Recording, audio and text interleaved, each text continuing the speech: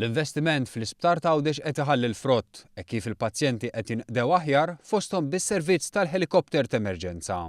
Fil-fatt kif spjegalna l-kap tal-emerġenza fl-Isptar Ġenerali ta' Għawdex, Dr. Robert Kirkop, dan tal-aħħar kien kruċjali propju ftit tal-jimilu. Il-ġimgħa għaddiet bejn il-ħamis u s-sibt kellna 3 transfers, kellna fil-fatt 4 activations imma 3 pazjenti kellhom ikunu transferred urġenti għal maternate. Nej minnhom kienu pazjenti problem bil-qalb u pazjenti ieħor kien Malti trauma kelli bżonn imur l-intensive care ta' Malta. Spjegalna li minħabba limitazzjonijiet ta' ħin, ċertu każijiet inkluż uħud bħal dawn li seħħew riċentement qabel lanqas kienu biss jittieħdu Mater Dei.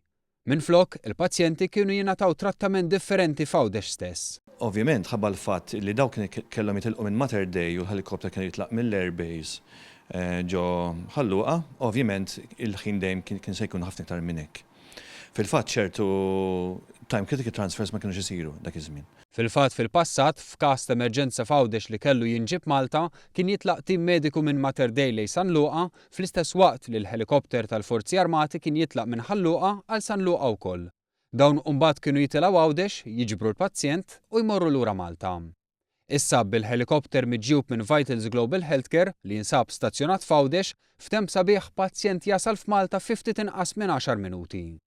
Iż-żieda ta' dan l-air ambulance fisser ukoll iż-żieda ta' tobba speċjalisti u professjonisti oħra biex bekk il-pazjenti f'Għawdex jistgħu jkunu rashom mistrieħa li qed jingħataw servizz ta' kura daqs li kieku qegħdin fl-Isptar Mater Dei. Xi ħaġa spjegatilna l-kap eżekuttiv tal-Isptar ta' Għawdex Dr. Nadine Delikata li tejbet is-servizz moti fl-Isptar ta' Għawdex biex saħansitra ċertu każi lanqas qatt hemm bżonn li jintbagħtu Malta.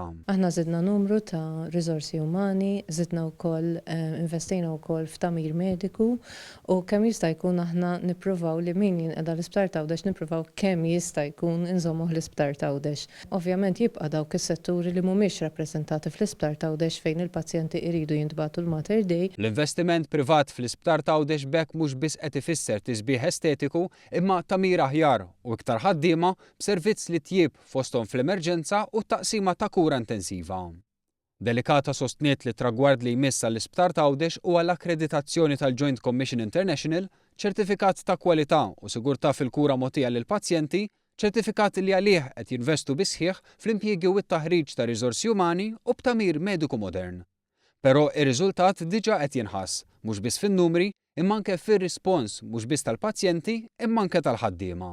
Feedback huwa pożittiv ħafna, l-istaff qed iħossu parti mill-bidla, they have embraced the change u allura qed insib kooperazzjoni sħiħa biex nilħqu l-miri tagħna.